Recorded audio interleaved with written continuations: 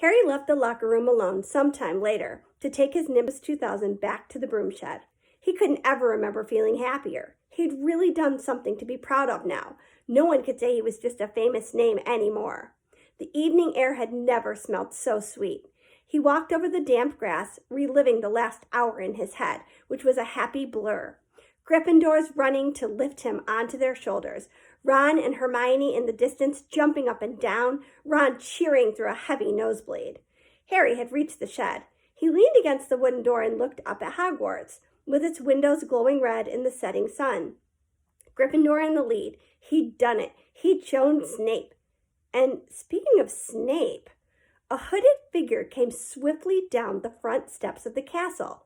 Clearly not wanting to be seen, it walked as fast as possible toward the Forbidden Forest.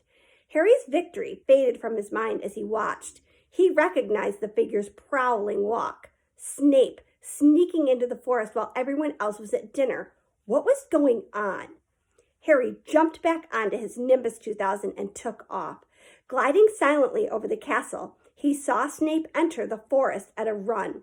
He followed. The trees were so thick he couldn't see where Snape had gone. He flew in circles, lower and lower, brushing the tops of trees until he heard voices. He glided toward them and landed noiselessly in a towering beech tree. He climbed carefully along one of the branches, holding tight to his broomstick, trying to see through the leaves. Below, in a shadowy clearing, stood Snape, but he wasn't alone. Quirrell was there too. Harry couldn't make out the look on his face, but he was stuttering worse than ever. Harry strained to catch what they were saying. Don't know why you wanted to meet here of all places, Severus. Oh, I think we'd keep this private, said Snape, his voice icy. Students aren't supposed to know about the Sorcerer's Stone after all. Harry leaned forward. Quirrell was mumbling something. Snape interrupted him. Have you found out how to get past that beast of Hagrid's yet? But Severus, You don't want me as your enemy, Quirrell, said Snape, taking a step toward him. I don't know what you... You know perfectly well what I mean. An owl hooted loudly, and Harry nearly fell out of the tree.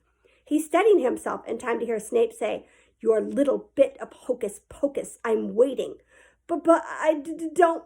Very well, Snape cut in. We'll have another little chat soon, when you've had time to think things over and decided where your loyalties lie. He threw his cloak over his head and strode out of the clearing. It was almost dark now, but Harry could see Quirrell standing quite still, as though he was petrified. Harry, where have you been? Hermione squeaked. We won! You won! We won! Shouted Ron, thumping Harry on the back. And I gave Malfoy a black eye, and Neville tried to take on Crabbe and Goyle single-handed. He's still out cold, but Madame Pomfrey says he'll be all right. Talk about showing Slytherin. Everyone's waiting for you in the common room. We're having a party. Fred and George stole some cakes and stuff from the kitchens. Never mind that now, said Harry breathlessly. Let's find an empty room. Wait until you hear this. He made sure Peeves wasn't inside before shutting the door behind them, then told them what he'd seen and heard. So we're right. It is the Sorcerer's Stone, and Snape's trying to force Quirrell to help him get it. He asked if he knew how to get past Fluffy, and he said something about Quirrell's hocus pocus. I reckon there are other things guarding the stone apart from Fluffy. Loads of enchantments, probably, and Quirrell would have done some anti-dark art spell that Snape needs to break through. So you mean the stone's only safe as long as Quirrell stands up to Snape? Said Hermione in alarm. Oh, it'll be gone by next Tuesday, said Ron. Okay, that's it. Friends, see you tomorrow for chapter 14. It's called Norbert the Norwegian Ridgeback.